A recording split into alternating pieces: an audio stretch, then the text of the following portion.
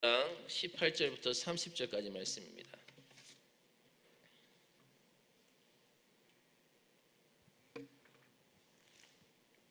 이사야 5장 18절부터 끝절 30절까지 말씀입니다. 우리 18절, 19절 우리 한 절씩 우리 다 같이 읽도록 하겠습니다. 18절, 19절 우리 한 절씩 서로 교독하며 읽도록 하겠습니다.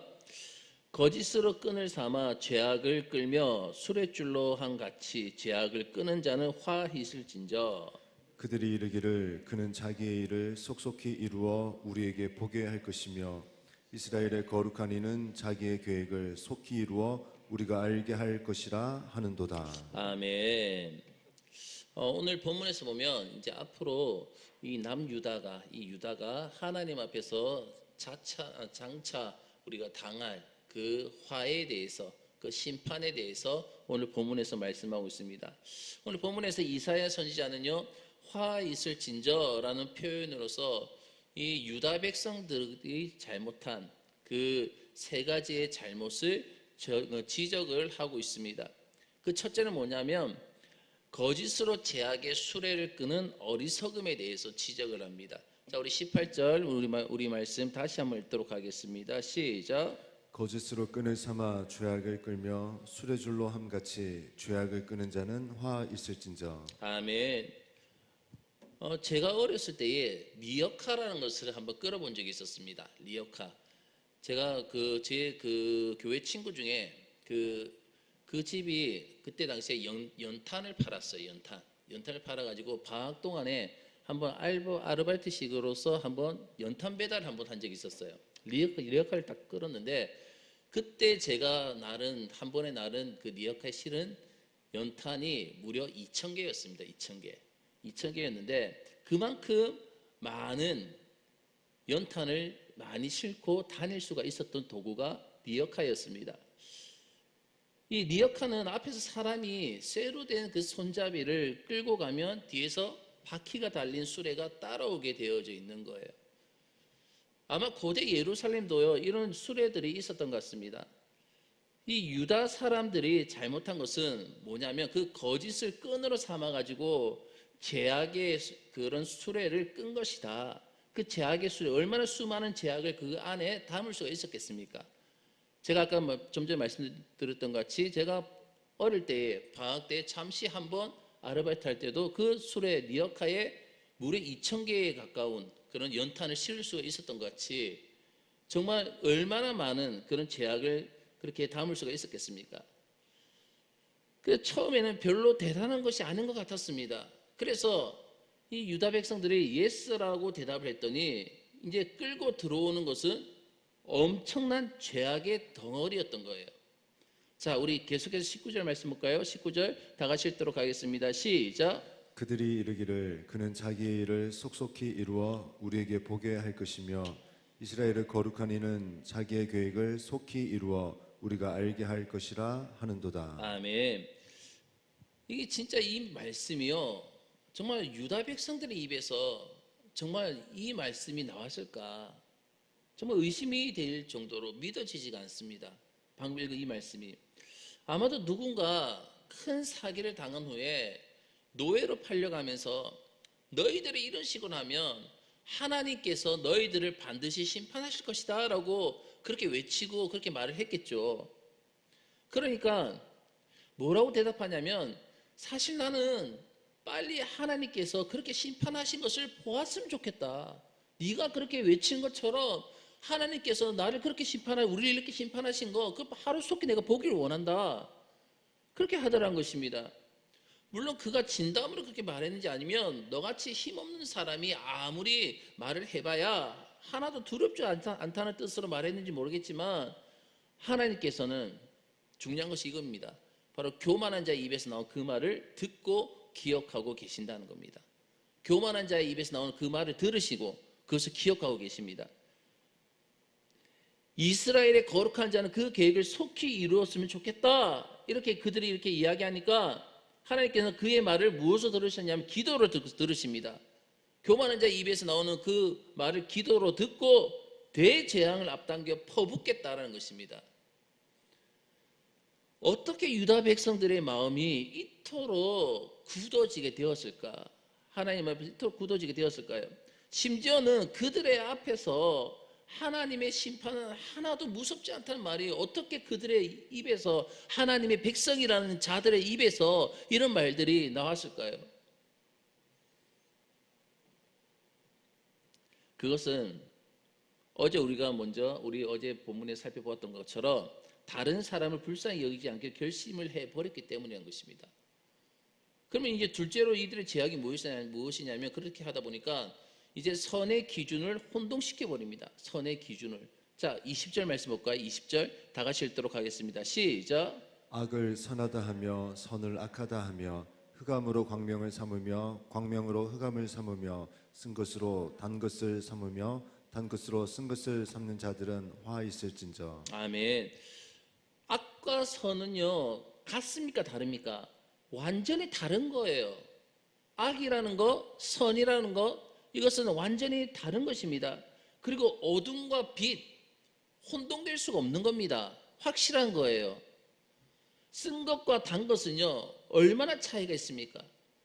그런데 이것을 서로 바꿔치기 해서 가치관의 혼동이 지금 오게 하는 것입니다. 이것을 서로 바꿔치기 해가지고. 이것은요, 한 사람의 힘으로는 되지 않아요. 이거는 한 사람의 힘으로는 될 수가 없습니다. 한 사람의 힘으로는 여러 사람을 속일 수가 있습니까? 없습니까? 없는 것입니다. 근데 여러 사람이 악이 선하다, 선이 악하다라고 하면요, 어떻게 됩니까? 그렇게 되어버리는 거예요. 또 여러 사람이 어둠을 환하다, 또 환한 것을 어둡다라고 하면요, 그대로 믿을 수밖에 없습니다. 이런 것을요, 구조적인 악이라고 하는 것입니다. 구조적인 악. 지금 이것이 우리나라에서 정치권에서 얼마나 많이 일어나고 있습니까? 선을 악하다고 악을 선하다 합니다. 동성애라든지 뭐 지금 진행되고 있는 여러 가지 일들이라든지 그 악을 선하다고 외치고 있는 거예요. 혼자서 정의를 외쳐봐야 아무 소용이 없습니다. 결국은 이 악의 고리 중 하나를 끊어야 하는데 지금 어떻게 되어 있습니까? 모두 다 한 통속이기 때문에 끊을 수가 없는 거예요. 끊을 수가 없는 거. 23절의 말씀 보면 그들은 뇌물로 말미암아 악인을 의롭다고 의인에게서 그 공의를 빼앗는도다라고 했습니다. 같은 한 통속이기 때문에 진실이 이기지 못하는 거예요. 진실이 이기지 못하는 거. 예를 들면 이겁니다. 만약에 의료사고가 났다고 칩시다. 그러면 의료사고에 대한 재판을 하면요, 일반인들은요, 이기기가 하늘에서 별 따기입니다. 이기지 못합니다. 어렵습니다. 왜냐하면 그것을 판정하는 사람이 누굽니까? 의사이기 때문이죠. 같은 의사이기 때문에. 의사니까 의사 편을 들어주는 것입니다. 의사 입장에서 보면 생전 보지도 못한 사람 편을 들어주면요, 같은 의사 사회에서 어떻게 되겠습니까? 욕을 먹게 되는 것이죠. 욕을 먹을 이유가 없지 않습니까?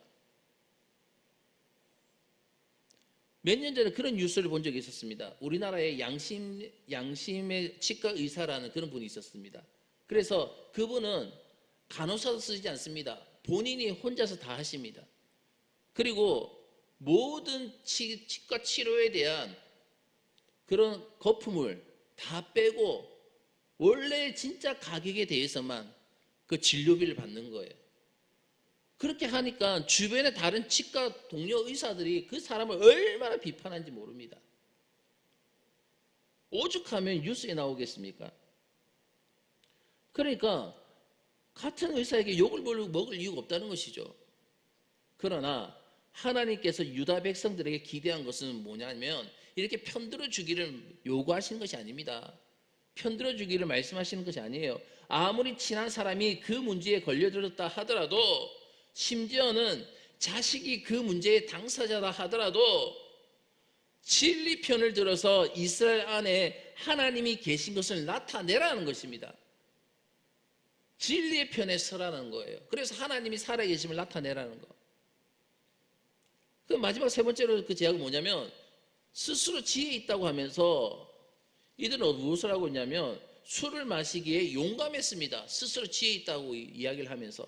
자, 우리 21절부터 22절까지 말씀 볼까요? 다 같이 읽도록 하겠습니다. 시작. 스스로 지혜롭다 하며 스스로 명철하다 하는 자들은 화 있을진저 포도주를 마시기에 용감하며 독주를 잘 빚는 자들은 화 있을진저. 아멘. 여기서 스스로 지혜가 있다라고 한 자들은요, 이런 자들은 왜 포도주나 독주를 마시기에 용감한지 이해가 잘 되지가 않을 것입니다. 여기서 스스로 지혜가 있다고 하는 이 사람들은 어떤 지혜를 이야기하냐면 하나님을 의지하지 않는 자를 지금 말하고 있는 것입니다. 하나님을 의지하지 않는 자들. 그들은 자기들 나름대로 미래에 대한 대비가 되어 있다. 나는 내 나름대로 나 미래에 대한 대비가 되어져 있어 라고 생각을 했고요. 결국 거기에 스스로 만족하게 된 것입니다. 포도주를 마시고 독주를 빚는데 용감하다는 것은요, 자신감을 나타내는 거. 이들이 세상에 자신감을 나타냅니다. 이 정도면 나도 가질 만큼 가졌다는 거예요. 이제는 어떤 일이 일어나도 난 자신이 있다. 나는 모든 거 의지해. 나는 내가 가진 것으로 자신 있어. 그런 뜻입니다. 그러나 여러분, 이게 너무나 중요합니다. 하나님을 의지하는 사람은요, 모든 것을 다 갖추면요, 오히려 두려워합니다. 하나님을 의지하는 사람은 모든 것을 다 갖추면, 모든 게 다 갖추어지면요, 두려워한다는 것이죠. 왜냐하면 별것도 아닌 것 때문에 내 마음이 교만해져 가지고 하나님을 의지하지 않게 될까 봐 두렵기 때문인 것입니다. 그것이 두렵기 때문에, 내가 이제는 하나님을 의지하지 않을까 봐, 내가 모든 것을 다 갖춰졌기 때문에, 내가 모든 것을 내 세상 가운데 내가 떵떵거리고 내가 살 수 있기 때문에 내가 하나님을 더 이상 두려워하지 않을까 봐 그것을 두려워한다는 것이죠. 그래서 정말 지혜 있는 자는요, 모든 것이 완벽하게 갖춰지면요, 두려워하는 것입니다. 그리고 더 간절하게 진짜 지혜 있는 사람은요, 모든 것이 다 갖춰졌을 때 하나님 앞에 더욱더 겸손하게 낮아지는 자들인 것입니다. 왜냐하면 하나님께서는 무엇인가 부족하고 가난하고 연약한 자, 그리고 겸손한 자를 사랑하신다는 것을 알기 때문인 것입니다. 그리고 이사야가 본문의 설교를 할 때는요, 역사적으로 볼 때에, 이 당시 역사적으로 보면요, 유다를 위협할 만한 나라가 한 나라도 없었어요. 이 당시에는. 이사야가 이 말씀을 선포할 때, 자, 가장 대표적인 나라가 어디였습니까? 북이스라엘이었습니다. 북이스라엘은 멸망당했습니다. 그리고 아수르는 지금 이 시대에는요, 엄청나게 약화되었습니다. 아수르는 나라, 자기 나라 하나 지탱하기도 힘들 정도로 아주 약화된 나라가 아수르였습니다. 수리아도 약해졌습니다. 애굽은 말할 것도 없습니다. 애굽은 말할 것도 없습니다. 약해졌습니다. 사실 이런 힘의 공백을 이용해서 유다가 지금 부강하게 되었다고 말씀드렸지 않습니까? 처음에 이사야서 시작할 때 이런 힘의 공백을 이용해가지고 역사적으로 보면 이렇게 이들이 부강하게 된 것입니다. 그러나 하나님께서는 지금 먼 곳에서, 아주 먼 곳에서, 이들이 생각하지도 못하고 상상하지 못하는 그런 먼 곳에서 엄청난 세력이 있음을 알려주십니다. 하나님께서는. 자, 26절부터 27절까지 말씀 볼까요? 다 같이 읽도록 하겠습니다. 시작. 또 그가 기치를 세우시고 먼 나라들을 불러 땅 끝에서부터 자기에게로 오게 하실 것이라. 보라, 그들이 빨리 달려올 것이로되 그 중에 곰핍하여 넘어지는 자도 없을 것이며 자는 자도 없을 것이며 그들의 허리띠는 풀리지 아니하며 그들의 들매끈은 끊어지지 아니하며. 아멘. 이게 어디에 등장을 말씀하시냐면 바로 신바벨론의 등장이라는 것입니다. 이 신바벨론의 등장은요, 전 세계가 전혀 예측하지 못한 하나님의 비밀 무기였습니다. 비밀리에 전혀 알지 못하게 지금 준비가 되어져 가고 있는 거예요. 바벨론이라는 나라는요, 하나님께서 온 세계를 심판하시기 위해서 만드신 아주 숨겨진 그런 무기였습니다. 바벨론은 어떤 국가였냐면요, 전문 군인들로서 구성되어진 그런 국가였습니다. 전문 군인들로서 구성된 거예요. 이게 왜 중요하냐면요, 지금까지는요, 군인이라고 하지만 실제로 전쟁할 때는 농구라든지 자기의 일을 하고 있는 사람을 모아가지고 그렇게 이제 전쟁을 치른 거예요. 전시에는 임시로 편성된 군인들이었습니다. 각 국가들마다. 그러나 바벨론 군사들은요, 최초의 직업 군인들로서 구성되어진 그런 나라가 바로 바벨론이었습니다. 자, 우리 28절 말씀 계속 읽도록 하겠습니다. 시작. 그들의 화살은 날카롭고 모든 활은 당겨졌으며 그들의 말굽은 부싯돌 같고 병거 박히는 회오리 바람 같을 것이며. 아멘. 이것은 전쟁의 기운이 어떻게 해요? 점점점 다가오고 있다고 말씀하신 거죠. 이 바벨론과의 전쟁의 기운이 지금 점점 다가오고 있다는 것. 모든 것이 다 준비되어 있다는 뜻입니다. 모든 것이 이제 무엇만 기다리고 있냐면 하나님의 출동 명령만 이 바벨론이 기다리고 있다는 뜻이에요. 여기에서 이사야는요, 좀 더 실감이 나게 하기 위해서 두 가지의 비유를 더 들고 있습니다. 두 가지의 비유. 하나는 뭐냐면 사냥문을 발로 누르고 있는 암사자의 부르짖음이고, 다른 하나는 바로 난파된 사람들의 귀에 들리는 성난 파도 소리입니다. 자, 우리 29절에 30절까지 말씀 봅시다. 다 같이 읽도록 하겠습니다. 시작. 그들의 부르짖음은 암사자 같을 것이요 그들의 소리 지름은 어린 사자들과 같을 것이라. 그들이 부르짖으며 먹이를 움켜 가져가 버려도 건질 자가 없으리로다. 그날에 그들이 바다 물결 소리같이 백성을 향하여 부르짖으리니 사람이 그 땅을 바라보면 흑암과 고난이 있고 빛은 구름에 가려서 어두우리라. 아멘. 암사자가 나타나면요, 노루라든지 아니면 사슴, 어떤 채식 동물들은요 전력을 다해가지고 도망치기 마련입니다.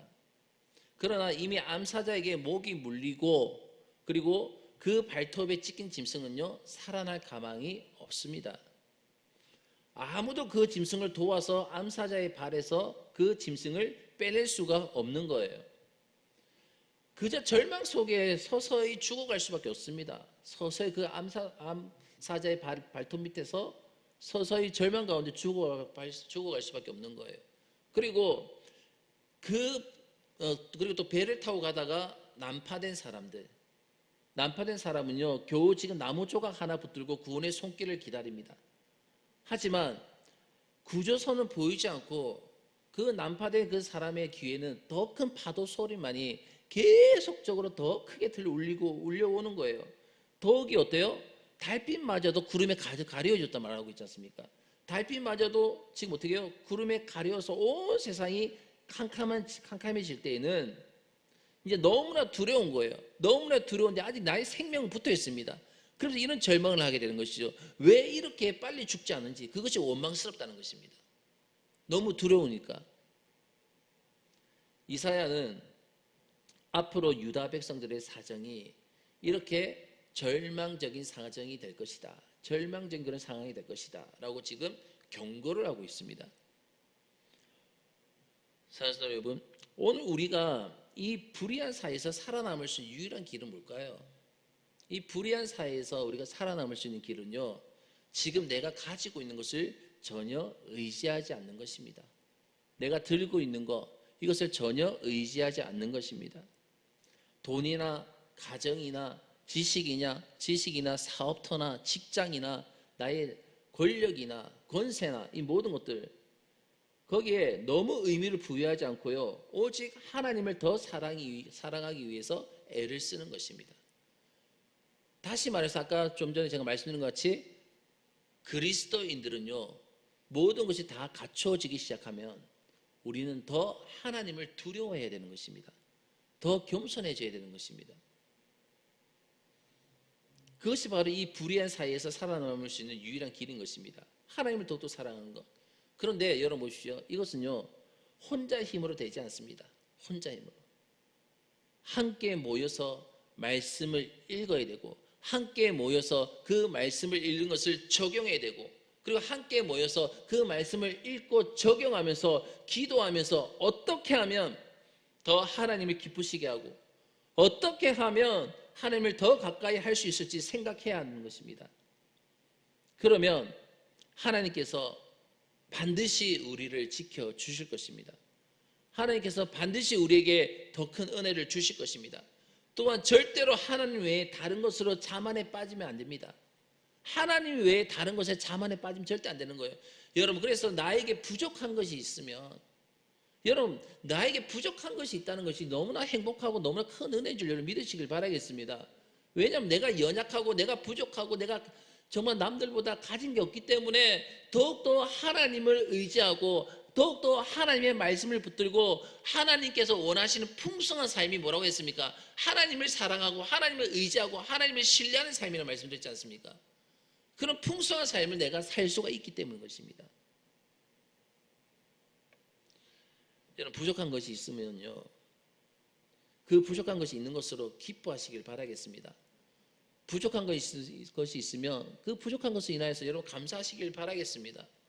이것이야말로 내가 죄의 잠에 빠지지 않도록 지켜주시는 하나님의 사인이다. 하나님께서 나 자신을, 나를 죄의 잠에 빠지지 않도록 나를 깨우시는 것이다. 그런 하나님의 사인이라고 생각해서 여러분 감사하시기를 주의 이름으로 축원합니다. 그리고 지금 우리가 해야 될 것이 뭐냐면 함께 하나님의 말씀을 읽고 함께 하나님의 말씀을 읽은 것을 적용하고 하나님의 말씀 것을 읽고 적용한 것을 가지고 붙들고 기도하며 그리고 나의 부족함에 대해서 감사하며 기뻐하면서 더욱더 하나님을 의지하는 그런 풍성한 삶을 사는 것. 이것이 지금 우리에게 필요한 것입니다. 오늘도 그런 풍성함이 여러분한테 임하기를 주의 이름으로 축원합니다. 다 같이 기도드리겠습니다. 하나님 아버지 감사합니다. 하나님의 크신 사랑과 은혜를 통하여서